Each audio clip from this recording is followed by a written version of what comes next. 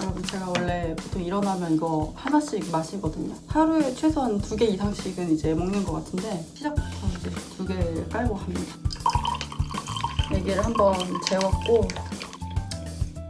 일단 글과 관련된 질문이랑 글 외적인 질문 이렇게 두 파트로 나눴고요. 오늘은 글 외적인 것부터 시작합니다. 글과에 관련된 질문은 말이 너무 길어지고 그럴 것 같아서 예전 Q&A 영상 보신 분들 아시겠지만 엄청나게 또 진지해지고 막 꼬리 막 거창하게 막 제가 원한 건 이거고요. 제가 하고 싶은 건 이거고요. 막 이렇게 해놔가지고 항상 말이 길어집니다. 예전이나 지금이나 또 분명히 똑같이 그럴 것 같아서 그냥 외적인 것부터 일단 하는 대로 하기로 빠르게 시작을 해보도록 하겠습니다. 우선 이름, 제 이름 다 아시죠? 제 이름은 조우고요. 이 이름은 본명은 아닙니다. 어느 날 유퀴즈를 보는데 공유님이 나오셨어요. 공유님의 그 멋진 이름이 부모님의 성을 하나씩 따서 만든 거라고 하시더라고요. 한 분은 이제 공씨이신 거고 한 분은 유씨이신 건데 되게 멋있다. 그래서 나는 뭐지? 하고 해보니까 조우가 나오더라고요. 어머니는 이제 조씨고 이제 아버지는 우씨신데 이름 괜찮은 것 같다. 조우하다라는 그런 단어도 너무 예쁘고 그래서 그날부터 조우가 됐고요. 부모님한테도 한번 차에서 얘기를 했거든요. 결혼하기 전에는 이제 부모님이랑 같이 장 보고 오고 뭐 주말마다 어디 뭐 가면 따라가고 이런 게 좀 일상이어서 차 뒷좌석에 앉아서 나 이름 엄마 아빠 성 하나씩 따서 필명을 조우로 할래? 조우 어때? 이렇게 하니까 엄마 아빠가 그냥 웃겼나 봐요. 조우하다 이런 의미보다는 그냥 진짜 성과 성의 조합 이렇게만 느껴졌을 거 아니에요. 김이 뭐 이런 박윤 막 이런 것처럼 박윤? 윤도 예쁜데? 그래서 그때는 그냥 웃어 넘겼고 제가 이 이름으로 활동한다는 건 아마 꿈에도 모르실 거예요.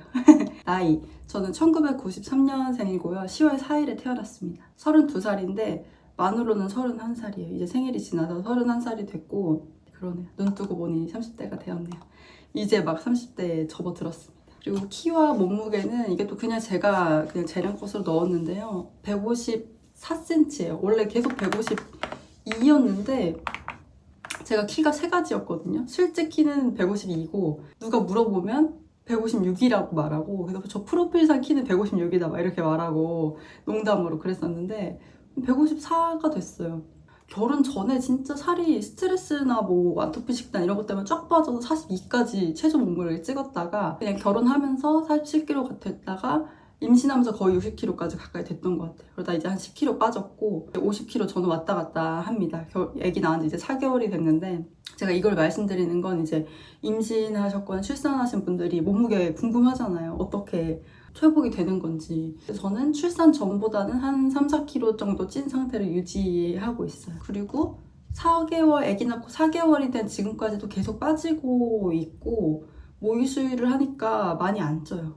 많이 먹는데도 많이 안 찌고 보통 한 6개월까지는 계속 회복기라고 해서 계속 빠진다고 하더라고요. MBTI는 INFJ입니다. 아주 오래전에 ENFP였다가 ENFJ로 바뀌고 그 다음에 지금 INFJ가 됐는데 뭐 MBTI 요새는 이게 그렇게 걔들 정체화하는데 긍정적인 영향이 있냐 부정적인 게 더 많지 않냐 난 이런 사람이야 라고 생각했기 때문에 자기를 더 좁게 이해하게 되는 그런 것도 있는 것 같은데 저는 제가 인프제인 게 되게 싫으면서도 좋고요. 이런 게 있다는 걸 알면서 저 스스로를 좀 많이 이해하게 됐고 그래서 인프제라고 말하길 좋아합니다. 언젠가 또 바뀔 수도 있지만 사는 곳은 이것도 제가 넣은 질문 같은데 원래 안양에서 태어났어요. 안양에서 태어나서 한 5년 살다가 저의 그 기억이 시작될 때쯤에 제 셀프 자아가 생길 때쯤에 평택으로 왔습니다. 그래서 저는 고향을 항상 평택이라고 말하고요. 그래서 거기서 그냥 31년 살았다 이렇게 봐도 무방하고 31살에 이제 결혼을 하면서 청주로 이사를 왔죠.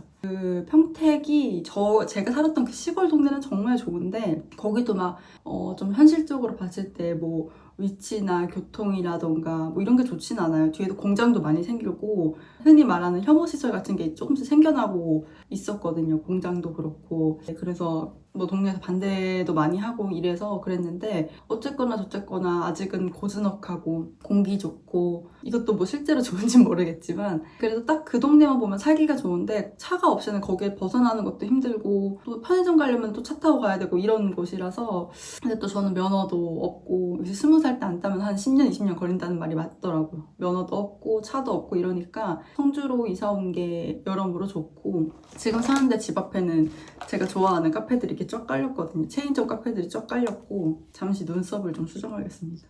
아까 분명히 칠했는데 왜 이렇게 까맣게 나오는지.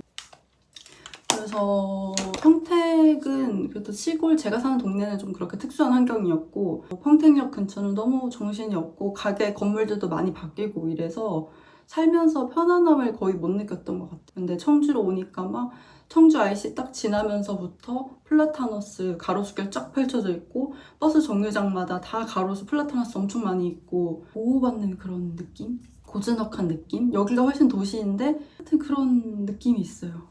이게 지방도시의 장점인지 모르겠는데 그래도 저는 청주에 살고 있고 앞으로도 쭉 청주에 살고 싶습니다. 웬만하면.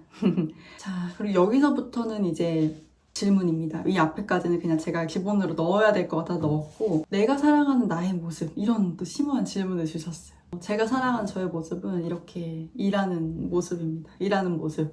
여러분들을 대하고 이렇게 좀 뭔가 되게 여러분들이 보시는 것처럼 좀 평온하고 강하고 아름다운 이런 수식어까지도 붙여주시더라고요. 제가 살다 진짜 그런 좋은 말을 들어보다니 어쨌든 그런 모습이 저 스스로 느끼기에는 아직 좀 가면처럼 느껴질 때도 있고 이렇지만 그 가면이 진짜 내가 되도록 노력하고 있거든요. 그래서 그 모습을 저는 좋아해요. 여러분들 앞에서 이렇게 자상해지고 좀 목소리도 이렇게 깔고 말하고 그리고 예를 들면 저희 친할머니가 이제 독립을 하셔서 혼자 살고 계시는데 할머니한테 전화할 때 할머니한테 사진 보내고 할머니랑 스스럼 없이 얘기하고 할머니한테 내가 좋은 위안이 되고 친구가 되어주고 있다는 거를 느낄 때 사실 어르신들은 저 뭐 다른 거보다도 좀 외로움이 많아지시기 때문에 아무도 이제 자기를 신경을 안 쓰고 이런 시기가 오기 때문에 자식들은 다 품을 떠나가고 전화해드리고 찾아뵙고 이런 거를 엄청 좋아하시는데 할머니한테 좀 전화를 자주 하는 편이에요. 친구처럼 지내고 어릴 때 좀 할머니랑 같이 지낸 시기도 있었고 그래서 할머니 뭐해? 하고 전화해서 존댓말 반말 같이 하지만 할머니가 기다렸지만 안 기다린 척 하면서 왜? 어쩐 일이야? 이렇게 할 때 이때 기분이 되게 좋죠. 이렇게 반가우신 거 알지만 막 그렇게 하시면 제가 또 부담스러워할까봐 왜? 어떤 일이야? 이렇게 하는 걸 제가 알거든요. 그 서로에 대한 배려와 섬세함이 느껴질 때 저에게 섬세함이 있다면 이제 할머니와 아빠를 통해서 이렇게 온 거기 때문에 그 모습이 좋아요. 그런 제 모습도 좋고 할머니의 모습도 좋고 반대로 또 같은 분께서 밉지만 떠안고 있는 나의 모습은 이렇게 질문을 주셨는데요.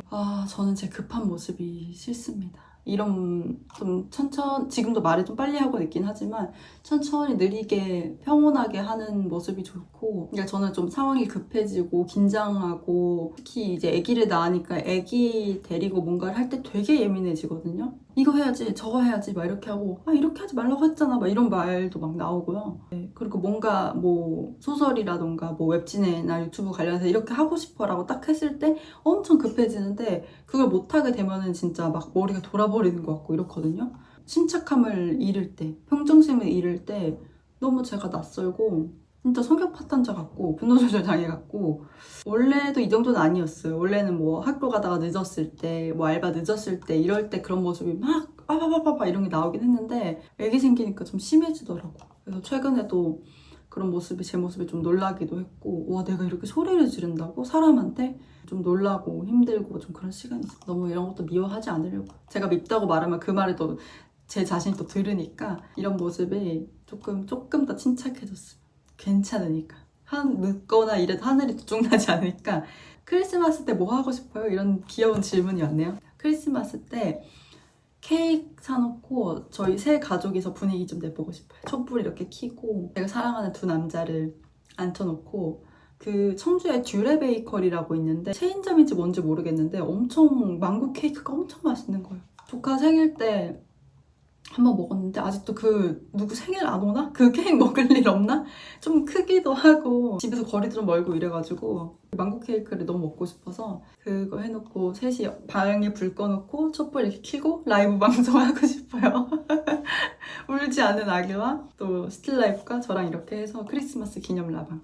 그리고 데일리 액세서리 정보를 여쭤보셨는데 요런 거, 이거 반지 많이 물어보셨거든요. 근데 이게 제가 평택의 금은방에서 산 거라서 이거랑 제가 자주 끼던 그 초록색 그 목걸이 있을 거예요. 같이 샀는데 그 인터넷이 아니라서 좀 정보는 없고 대신 플랫 납작한 이렇게 평평한 로즈골드 반지라고 치면 비슷한 게 많이 나오고요. 요거는 뭐 에메랄드 초록색이니까 진짜 에메랄드는 아니지만 에메랄드 스퀘어 넥, 이게 네모나서 로즈골드 뭐 이렇게 치면 비슷한 게 많이 나옵니다. 최근에 종종 끼는 그 금색 귀걸이 조만한 거는 베흐트라는 곳에서 샀어요. 피글링 이어링 골드입니다.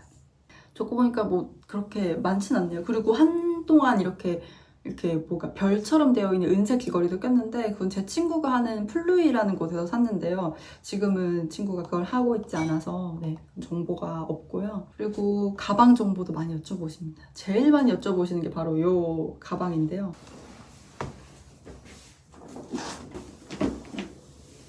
와, 배바지. 이 가방을 굉장히 많이 여쭤보시는데 이거는 투티에라는 브랜드의 이름 뭐더라? 카비오 백입니다. 카비오 백. 리자드 마론 컬러고 이게 스몰 사이즈예요. 스몰 사이즈. 제가 했을 때 되게 커 보이고 실제로도 좀 큰 편인데 미니 사이즈가 제일 작고요. 이거는 스몰 사이즈입니다. 그리고 여기 같은 브랜드의 가방이 하나가 더 있는데 얘는 이게 또 투티에서 산 포멜백입니다. 화이트 색상 포멜. 이것도 이렇게 뭔가 악어 무늬처럼 이렇게 돼 있어서 뭐 리자드 이런 컬러였던 것 같고요. 저는 이렇게 크고 이런 걸 좋아하는데 제가 체구가 작고 이러니까 다른 분들이 보시기에 가방이 너무 크다. 좀 잘 어울리는 좀 귀엽고 이런 산뜻한 거 밝은 거 좀 해보면 어떠냐 해가지고 이거를 또 결혼할 때 선물 받은 가방입니다. 제 돈으로는 이렇게 이 정도 금액의 가방을 못 사고요. 이거는 이제 여민 가방이라고요. 개인적으로 저는 이 가방을 추천해요. 똑같은 품은 역시 아직 단종된 것 같은데 이런 매듭 디테일이라던가 이게 이 여밈이라는 브랜드의 여밈 이렇게 됐어요. 이 브랜드의 특색이거든요. 그래서 이게 되게 저는 귀엽다고 생각해요. 그래서 여기 가방도 한때는 조금 더 모아보고 싶었고 그랬는데 지금은 뭐 가방 살 틈이 있나요? 저는 이제 애기 어른용 턱바지를 살 생각이거든요. 애기가 침을 너무 흘리고 또 전 니트 오만 옷이 다 겨울옷이 니트인데 애기 안 오면 니트를 못 입으니까 입을 게 없어요.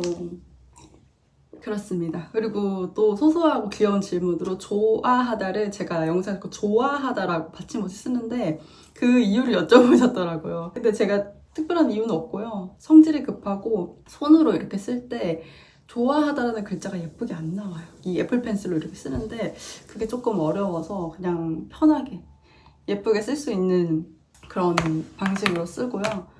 가장 좋아하는 단어를 여쭤보셨는데 질문하신 분은 새콤달콤이라는 단어가 애착 단어라고 하시네요. 좋아하는 거랑 별개로 제가 굉장히라는 말을 되게 많이 써요. 그래서 저 만약에 굉장히 금지어로 이렇게 하면은 저는 물총을 엄청 맞고 벌주를 마시고 이렇게 할 것 같아요. 왜 이러는지 모르겠는데 자꾸 굉장히를 많이 쓰고 그 외에 애착 단어는 소설 쓸 때는 응시했다 이 단어를 되게 좋아해요. 제가 로저 젤라전이라는 작가를 좋아하는데 거기에 주인공이 인간이 아니에요. 어떤 북반구에 설치된 인간이 다 멸종하고 북반구에 설치된 어떤 기계거든요. 그 기계가 어느 날 눈 내리는 눈송이 하나를 응시하고 있었다 이런 문장이 있었어요. 저는 그 문장이 너무 좋은 거예요. 제가 한번 읽어드릴게요. 이게 SF인데 이 작가가 엄청 섬세해요. 영문학을 전공해서 그런지 응시했다는 아니네요. 응시했다는 제가 좋아하는 표현이고 소설의 첫 문장이 그들은 그를 프로스트라고 불렀다. 솔컴의 모든 창조물 중에서도 프로스트는 가장 정교하고 가장 강대하고 가장 이해하기 힘든 존재였다. 그리고 이야기가 쭉 이어지다가 1만 년 동안 프로스트는 지구의 북극에 앉아 있었고 떨어지는 눈송이 하나하나를 의식하고 있었다. 이런 문장이 나오는데 기계잖아요. 근데 기계가 이렇게 뭔가를 눈송이 하나를 의식하고 있었다? 저는 이 문장에 미칩니다. 그래서 계속 읽어요, 이거를. 이런 문장을 좋아하고 딱 좋아하는 단어라기보다는 뭔가 이렇게 감수성, 분위기 뭐 이런 걸 좋아하는 것 같긴 합니다. 저의 스트레스 해소법은 쿠팡 이츠를 킵니다. 이게 좋지 않은 방법인데요. 제가 좋아하는 맛집 리스트를 이제 뽑아서 그 중에서 하나를 시킵니다. 최근에는 순대국밥을 좀 많이 꽂혀 있었고요. 요새는 뭐 딱히 딱 꽂혀 있는 음식은 없고 좀 골고루 먹고 싶고, 그리고 먹을 거나 혹은 버블티라던가 민트초코라던가 이런 걸 시킵니다. 근데 이제 이 정도로 해결이 된 스트레스가 있고 아니면은 그 정도가 아니면 저는 바로 눈물이 터지는 편이에요. 되게 잘 울고 그렇습니다. 제 표정에서 방금 뭐가 스쳐 지나갔죠? 근데 웬만해서는 이제 마실 걸로 커피라던가 음료라던가 이런 걸로 와 하면서 이제 스트레스가 풀리는데, 먹는 걸로 푸는데 그나마 지금 모유수유를 해가지고 살이 생각보다 많이 안 쪄요. 이게 체력이 엄청 많이 수분이나 이런 게 빠져나가거든요. 근데 계속 이러면 안 될 것 같아서 애기 유치원 갈 때만 기다리고 있고요. 근데 저는 소설 쓸 때 또 제일 스트레스 많이 받지만 막 재밌는 아이디어를 기록하거나 할 때 스트레스가 많이 풀립니다. 또 라방하고 이럴 때도 그렇고 얘기하고 이럴 때도 스트레스가 많이 풀리고, 이제 그런 거를 많이 못하면 과부하가 걸리죠. 그리고 또 재밌게도 이런 질문을 주셨어요. 유난히 생명력이 긴 기억이 있는지. 이게 되게 질문을 되게 구독자분들이 또 저 같아가지고 되게 자세하고 섬세하게 이렇게 질문해 주셨는데, 제가 이제 익명으로 답변을 하다 보니까 좀 앞뒤를 좀 잘라먹고 딱 질문만 해놨는데요. 저는 이제 초등학교 시절의 기억이 거의 그래요. 초등학교 때 잠깐 엄마랑 떨어져 살았던 시기가 있어요. 그때 저는 저희 집만 좀 어렵고 좀 이렇게 그런 줄 알았는데, 생각해보니까 이제 IMF가 터지고 이러면서 많은 가정들이 좀 힘들어졌던 것 같아요. 저희 집도 그랬고, 그래서 좀 여러 사정에 의해서 할머니랑 잠깐 살았던 시기가 있었어요. 저 남매랑 아빠랑 할머니랑 뭐 사촌들 이렇게 부대끼면서 살았던 시기가 있는데, 그 기억이 이상하게 엄청 길게 느껴져요. 그때가 초등학교, 저는 제 기억이 맞다면 3, 4, 5학년 정도였던 것 같아요. 그 시절에 이제 아직 뭐 초등학교 저학년에서 고학년 넘어가면서 대소변도 잘 못 가리고 화장실 갈 줄은 알지만 뒤처리 같은 것도 잘 못하고 혼자 씻는 것도 못하고 뭐 옷 갈아입고 이런 거 잘 못할 그런 때였는데, 할머니가 계시긴 했지만 저희 그 집에 초딩 애들이 5명 있었어요. 그러니까 할머니가 다 케어할 수가 없죠. 할머니 혼자서 초딩 5명에 이제 아빠, 큰아빠 이렇게 계셨는데 맨날 밥 차리고 치우고 이렇게 하셔야 되니까 신경을 많이 써주시고 먹을 걸 같이 했던 기억이 있지만 거의 못 씻고 다녔어요. 근데 어느 날은 학원차를 타고 이제 아침에 등교를 하는데 배가 너무 아픈 거예요. 이제 신호가 오는 거죠. 근데 이제 금방이라도 확 나올 것 같은 굉장히 극심한 변이를 느꼈는데 어떡해요. 아직 도착은 안 했고. 그래서 얼굴이 이제 하얗게 질린 채로 계속 이렇게 참다가 차에서 내려서 운동장을 막 가로질러서 걸어가는데 그만 그 한복판에서 바지를 입은 채로 실내를 하고 맙니다. 대변이 나와버린 거죠. 그때 그 수치심과 느낌이 아직도 기억이 나요.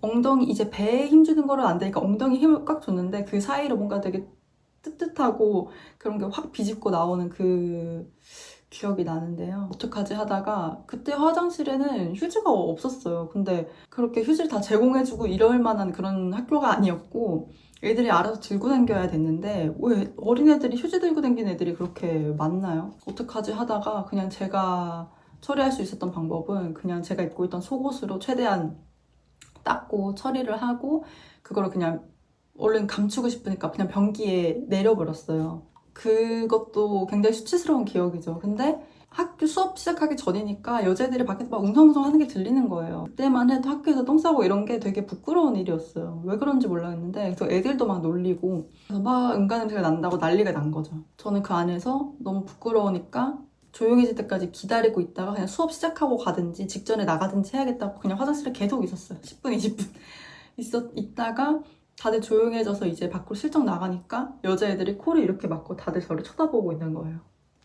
너무 공포스러운 기억이죠. 그게 또 무슨 나쁜 저희가 있어서 그랬던 건 아니고 저도 또 누군가에게는 그런 기억으로 남았던 기억이 나고 저도 그랬고 애들도 그랬고 또 연달아 또 이 질문이 제가 이런 거를 메일링 서비스 하면서 이런 얘기를 많이 썼거든요. 자신의 과거를 자신의 과거를 다수의 사람들이 보는 것들이 좀 쑥스럽진 않으신지, 과거를 어떻게 이렇게 마주볼 수 있으신지, 다른 사람들에게 내보임으로써 또 새로이 느끼시는 것도 있으신지. 근데 맞습니다. 이미 너무 좋은 질문과 답변을 주셨고요. 저는 이런 게 쑥스럽거나 그렇진 않아요. 왜냐면 오히려 이런 수치심을 느낀 기억이나 부끄러웠던 기억은 자산이 되고요. 글 쓰는 사람이니까요. 그냥 일반적인 다른 일을 하는 게 아니라 어떻게 보면 특수한 일을 하고 있기 때문에 이런 걸 파헤치면서 제 무의식으로 들어가고 과거로 돌아가고 이게 저의 일이기도 하고 좀 재밌어요. 전 이런 얘기 하는 게. 그리고 저한테 부끄러운 건 이런 게 아닙니다. 부끄러움의 기준이 좀 다르다고 할까요? 정말 부끄럽게도 또 이번 제가 좀 상처를 어떻게 보면 받았던 얘기를 하고 있지만 상처를 준 기억이 훨씬 많고요. 차마 그렇게 여러분들한테 들킬까봐 항상 조마조마하고 너무 먼 일이긴 옛날 일이기는 하지만 지금 같은 인식 수준이 없을 때 했던 일들이 너무 부끄러워요.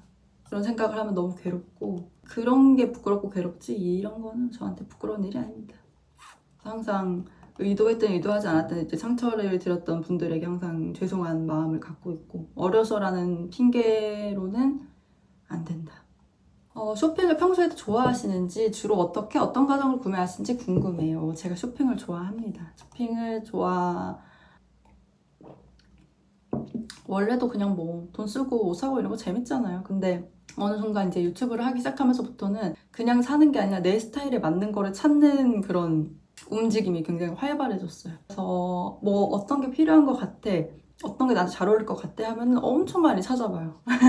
엄청 많이 찾아보고 실패를 최소화하면서 이제는 제 체형에 맞는 길이라던가 색깔이라던가 디자인을 알잖아요. 예를 들면 저는 이번에 산 이 옷을 되게 마음에 들어 하는데 저는 이쪽 목이 드러날수록 좀 더 좀 날씬해 보이고 그렇고요. 제가 보기에는 색깔도 저는 이렇게 좀 진한 색깔 좀 좋아하고 잘 어울린다고 생각하고 제가 추구하는 이미지랑도 어울리고 그리고 뭐 바지 길이는 한 95cm 넘어가면 너무 길다라던가 그런 거에 맞춰서 하나하나 사나가는 재미가 좀 있어요. 그래서 개인 쇼핑몰도 좋아하는데 어리틀빛, 킨다베이지 이런 곳 좋아하고요. 거의 뭐 29cm나 뭐 더블 컨셉 무신사 다 많이 이용합니다. 지그재그도 이용하고요. 과정은 필요한 거를 떠올린다. 그리고 비슷한 걸 엄청 찾아본다. 그리고 좋아요를 일단 다 눌러서 모은 다음에 토너먼트를 하는 거죠. 그리고 참고로 이거는 론론이라는 브랜드에서 세일할 때 좀 잘 샀고요. 이 가죽 자켓은 티라이 다이라는 곳의 제품입니다. 그리고 제가 생각할 때는 이거를 입으면 잘 어울릴 거라고 생각해서 샀는데 그리고 제가 엄청 일부러 올린 게 아니라 제가 다리가 좀 길어요. 이렇게라던가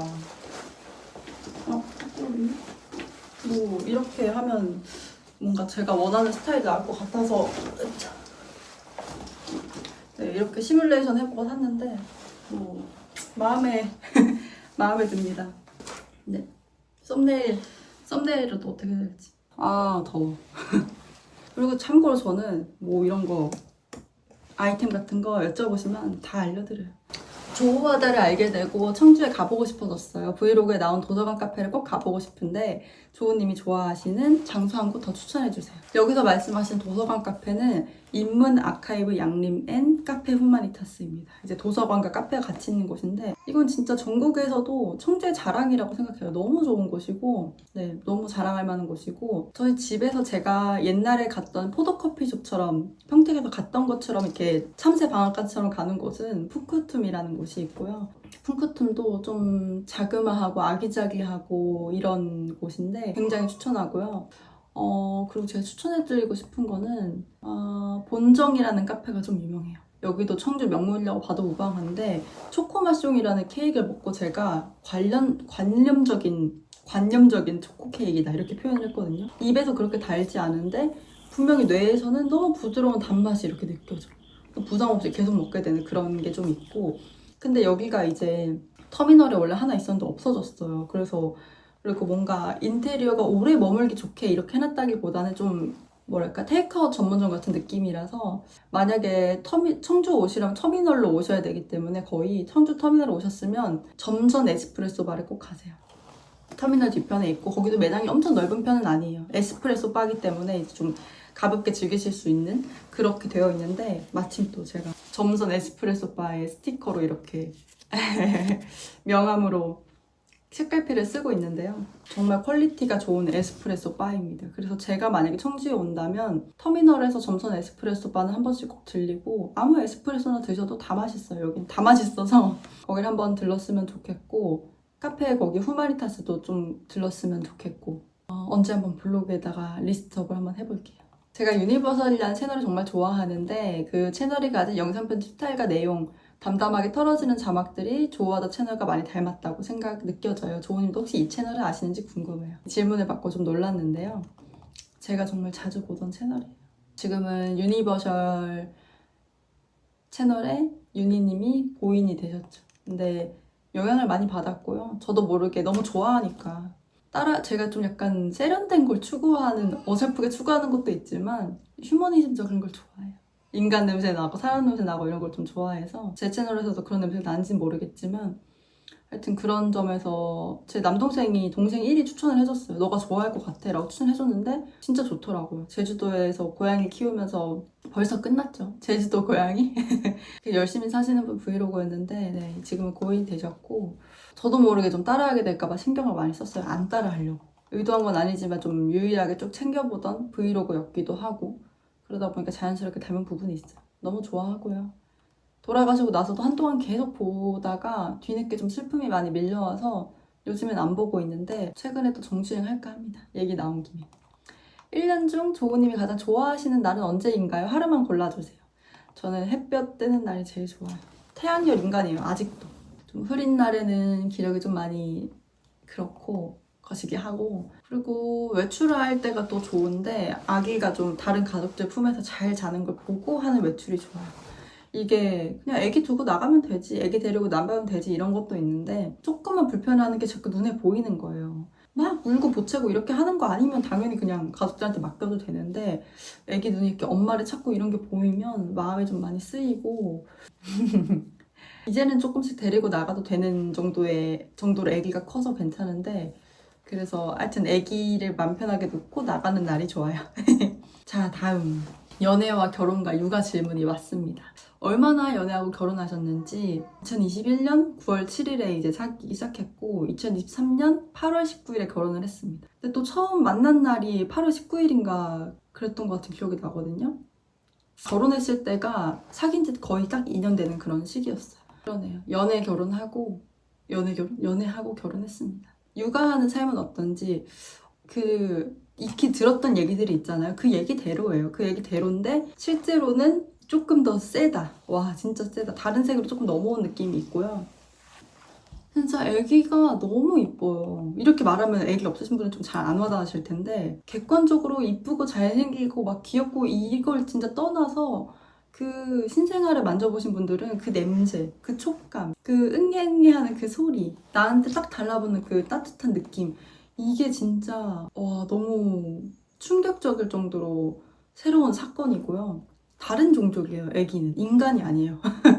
너무 부드럽고 너무 막 냄새도 좋게 나고 귀여움의 피지컬이 저도 한 귀여움 한다고 생각했는데 감히 성인이 구사할 수 있는 그 귀여움과 그 수치를 넘어섰다. 너무 예쁘다. 너무 부들부들하다. 이거는 진짜 촉감에서 끝났다. 약간 이런 느낌이 있어서 네. 그리고 저희 애기 다른 애기들도 그런지 모르겠지만 저희 애기는 울 때 항상 응애 꼭 이렇게 울어요. 정확하게 응애 이랬어요. 어릴 때부터. 근데 그게 너무 웃긴 거예요. 얼마 전에는 이제 기저귀 가리대에 누워있다가 이렇게 모빌이 있는데 자기가 손에서 잡고 있는데 안 닿는 거예요. 근데 애기가 이제 뒤집기를 할 줄 아니까 몸을 살짝 뒤집어서 딱 잡고 흥예 이러더라고요. 자기가 해냈다 이런 거죠. 흥예 이런데 너무 귀여웠어요.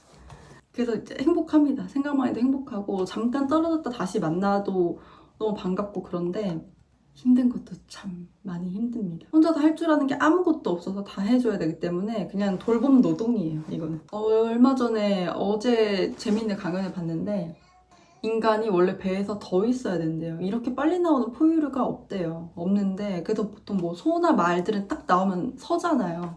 근데 인간은 나와서 가만 냅두면 그냥 죽거든요. 아무것도 못해서. 원래는 더 배에서 있어야 되는데 그 교수님, 김주한 교수님 말씀으로는 인간이 무슨 이유로 직립보행을 하면서 산도가 너무 좁아진 거예요. 그래서 더 컸다가 나올 수가 없으니까 좀 일찍 나오게 됐는데 그래서 배에 있어야 될 애가 세상 밖에 나왔기 때문에 그걸 하는 게 참 애기를 살려주는 과정에 계속 숨을 불어넣어주는 그런 느낌이에요. 내 숨도 딸리지만 애기가 살아나는 걸 보니 또 즐겁기도 하고 행복하기도 하고 출산 이후 한 90개월까지가 배 밖에서 보내는 임신 기간이다 뭐 이렇게 표현하기도 하시더라고요. 그러니까 육아가 힘들 수밖에 없겠구나 이런 생각이 듭니다. 결혼 후에 바뀐 생활은 안정이 많이 됐어요. 안정이 많이 됐고 딱 결혼하고 하자마자 제 모습이 탁 바뀌었어요. 엄청 헐렁하고 덜렁대고 둔하고 이런 모습이 딱 나와서 내가 왜 이러지? 내가 왜 이렇게 바보 같아졌지? 그 전까지는 되게 좀 까다롭고 좀 예민하고 까탈스럽고 이런 모습이 이제 연애할 때 많이 있는데 결혼하자마자 그냥 해, 난 모르겠다. 난 그냥 문어다. 흐물흐물 말랑말랑 문어다. 약간 이런 모습이 됐어. 이런 모습이 나와서 남편도 놀라고 저도 놀라고 이게 어떻게 된 거냐. 이런 게 좀 많이 바뀌었습니다. 생활이라기보다 성격이 바뀐 건데 생활은 뭐 아무래도 부모님하고도 되게 같이 맞춰서 살아간 시간이 많았고 그래서 거의 헤어질 때쯤에 부모님이랑 저의 케미가 너무 좋았어요. 더 크게 서운할 일도 없고 마음에 쌓인 것도 없고 다 털고 너무 즐거웠는데 이제 또 내가 선택한 사람이랑의 또 즐거움도 있으니까 좀 다르지만 여전히 즐겁다. 그리고 이런 재밌는 질문이 왔습니다. 이게 또 역시 심오한 질문인데요. 혹시 타인인 남편분이 자신을 미워하진 않을지 걱정되지 않는지, 안 되신다면 특별하게 믿음을 주셔서 그런 건지, 마음을 어떻게 완전히 여셨는지 이걸 제 언어로 들어보고 싶다고. 정말 이상하게 저도 생각을 해보니까 이 사람한테는 그런 걱정이 안 됐거든요. 예전에 연애할 때는 이게 정말 메인 고민이었던 것 같아요. 내가 얼마나 사랑할 것인가, 사랑을 받을 수 있을까, 와, 어떻게 주고 어떻게 받을까, 그런 괴로움, 성에 안 찰 때의 그 결핍감 이런 거 어떻게 해결해야 되지라고 생각을 했는데 그런 고민이 어느 정도 해결되고 딱 마무리되던 시기에 이 사람을 만나서 뭔가 잘 맞아떨어진 것 같아요.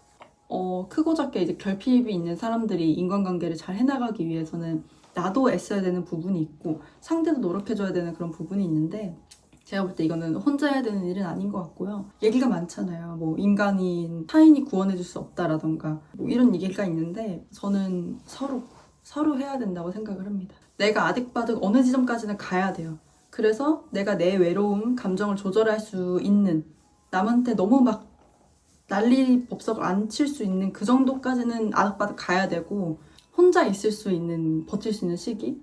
그런 순간까지 가야 되고 그럼 나머지는 상대방이 좀 손을 내밀어줘서 이렇게 같이 해결해 나가야 되는 그게 제일 좀 이상적이지 않을까. 그 시기에 만난 좋은 사람이 스틸라이프였고 저한테는 지금 막 미움받으면 어쩌지? 사랑이 끝나면 어쩌지? 이게 메인 고민은 아니에요. 지금은 저 스스로 좀 자급자족이 많이 됐고 나 누구의 도움 없이도 살 수 있어. 있으면 좋지만 이렇게 됐기 때문에 그런 생각 거의 안 하면서 지냅니다. 앞으로도 이제 뭐 인간은 평생 살지 않으니까 어떤 이런저런 이별이 저를 기다리고 있겠지만 두렵죠, 생각하면. 근데 매일매일 그런 생각을 하진 않는다. 여름이의 탄생이 조은임 작품에 어떤 영향을 미쳐갈지 제가 이 질문을 받을 때까지만 해도 몰랐는데 그 이후로 또 이런저런 글들을 많이 쓰면서 깨달았는데요. 모든 걸 바꾸는 것 같아요. 제 작품 세계의 모든 걸 바꿔놨다. 이전까지 글이 안 써지고 플롯이 제대로 안 나오고 괜찮은 사건이 안 나왔던 게 이 경험을 내가 못해서구나 라는 걸 깨달았어요. 제가 이렇게 플롯이라고 그냥 말하는데 뭐 사건이라던가 이런 설정이나 이런 거에 생명, 출산, 몸, 변화, 뭐 인간 이런 얘기들이 되게 많이 등장하기 시작했고 변화를 많이 겪고 있습니다. 글은 확실히 시간이랑 경험이 쌓여야 되는 게 맞는 것 같아요. 그만큼 살아내야지 또 쓸 수 있고 항상 왜 이 이상으로 안 될까가 좀 많이 고민이었는데 이런 순간을 좀 지나야 했던 것 같아요. 지금은 정말 더 나답게 내가 관심 있는 주제로 원래도 몸이라던가 신체 이런 거에 대한 관심이 많았거든요. 내장기관도 그렇고 그랬는데 이제는 정말 제가 잘할 수 있는 그리고 마음에 드는 플롯을 쓰기 시작했는데요. 시간이 없어서 못 쓰고 있어요. 체력도 없고요. 그리고 이게 마지막 질문입니다. 드디어. 말을 너무 많이 했더니 47분째 지금 쉬지 않고 떠들고 있어요. 영상에 관한 질문이 왔습니다. 제가 영상에 관한 질문을 좀 기다렸어요. 댓글로 제 영상에 대해서 좋은 피드백 많이 주시는데 뭐 유튜브 하는 방법이나 구독자 모으는 방법 이런 것들 좀 알려드리고 싶었거든요. 저도 아직은 시작 단계이긴 하지만 그래도 누군가는 5,000명 정도 모으면 좋겠다 싶은 분들도 많을 테고 5,000명 모으기도 쉽지 않고요. 그래서 알려드리고 싶었는데 일단 질문 주신 거에 대해서 답변을 하자면 저는 냅다 찍어요. 그냥 다 찍고 그 다음에 편집하면서 방향을 좀 찾아갑니다. 사실 제 브이로그도 보시면 자세히 좀 들여다보시면 내용은 계속 똑같아요. 글 쓰고 먹고 그래서 일상이 반복이라서 똑같은데 그 와중에 조금씩 변하는 것들을 이제 주제로 잡아가지고 쓰는 거거든요. 그래서 지금까지는 영상 막 찍고 다 이어붙이고 좀 글 쓰는 모습이 저는 주로 나오는 주력 상품이니까 글 쓰는 모습이 잘 담겼다면 그걸 앞으로 그냥 앞부분에 좀 넣고요. 제일 마지막에 인트로 만들고 인트로 자막 넣고 주제 넣고 제목 썸네일 하고 이런 식인데 인트로가 제일 오래 걸려요. 저는 사실 찍는 거는 진짜 너무 쉽고 컷 편집하는 것도 너무 그냥 후다닥이에요. 후다닥. 아무래도 인트로는 이것도 창작이라고 되게 오래 걸려서 앞으로는 아예 인트로에 쓸 것들의 주제를 정한 다음에 영상을 찍는 쪽으로 하는 게 어떨까 하고 생각을 하고 있긴 합니다. 아무튼 근데 저는 이제 뭐 Q&A랑은 별개의 얘기일 수도 있겠지만 영상 얘기가 나왔으니까 저는 이제 예술가들이 뭐 공모전 되고 입상하고 이런 것도 좋지만 그러면 너무 좋죠. 너무 좋고 그것도 계속 해야 되는데 그렇게 안 됐을 때 그것만 기다리면서 살기에는 너무 피가 마르고 생존이 힘들다는 걸 아니까 이렇게 살아가는 방법도 있다는 걸 좀 알려드리고 싶거든요. 유튜브 꼭 하셨으면 좋겠고 작품도 만들어서 파는 건 강추까지는 아니지만 공모전이 제일 더 좋긴 한데 하여튼 유튜브 하시고 이런 거 너무 좋기 때문에 이런 방법을 좀 많이 알려드리고 싶어요. 그래서 궁금한 게 있으시면 인스타는 거의 안 하고요. 지금도 너무 안 해서 그냥 닫아놨고 이메일 주시면은 질문에 답변을 많이 해드릴 테니까 궁금한 거 이메일 주셔도 좋고요. 유튜브 하고 있는데 좀 방향이 어렵다 이래도 이메일 주셔도 좋고 와 이게 1시간 안에 끝나네요. 랩하는 수준으로 엄청나게 부랴부랴 했는데 뭐 부금 넣고 뭐 어떻게 하다 보면은 잘 편집이 되겠죠. 그래서 제 개인에 대한 얘기는 좀 이렇게 마무리가 됐고 다음번에는 글에 관한 질문을 답변을 해보도록 하겠습니다. 이게 원래 라방으로 하려고 했는데 제가 브이로그 편집을 잘 못해서 라방을 하겠다 했는데 라방도 못하고 있어서 라방도 잘 못해서 브이로그부터 라방도 못하고 어떻게 할까 하다가 그래도 그냥 이렇게 촬영해서 올리게 됐습니다. 더워. 이게 꼭 궁금해서라기보단 이제 저랑 5,000명을 축하하는 기념하는 그런 영상이기도 해서요. 질문과 답변도 중요하긴 하지만 그냥 여러분들이랑 이렇게 기념하는 자리가 됐다는, 기념하는 영상을 만들었다는 게 너무 저는 좋고 기쁩니다. 6,000명, 7,000명, 계속 10,000명, 10만 명 될 때까지 계속 함께 해주셨으면 좋겠고 제가 뭔가 이렇게 수면력 활동을 안 하고 있을 때는 뭐 연락할 방법이 없으니까 여러분이랑 저랑 되게 궁금해하시고 그러실 수 있는데 항상 저는 유튜브 하고 싶고 작품 활동하는 거 생각하고 있고 좀 안 돼서 좀 아쉬워하고 있고 요새는 또 블로그도 좀 하고 이러니까요. 근데 꼭 항상 이렇게 한다고 말하면 잘 못하게 되더라. 그래서 블로그도 많이 질러주시고 감사하다는 말을 드리고 싶고 5,000명이 되니까 더 많은 일을 할 수 있게 돼서 저를 이렇게 멀리 보내주시려고 엉덩이를 확 밀어주시는 그런 기분이 들어요. 저도 보답하기 위해 최대한 힘내서 사라지지 않고 열심히 해보겠습니다. 네, 영상 시청해주셔서 감사하고요. 2탄으로 곧 찾아오겠습니다. 안녕.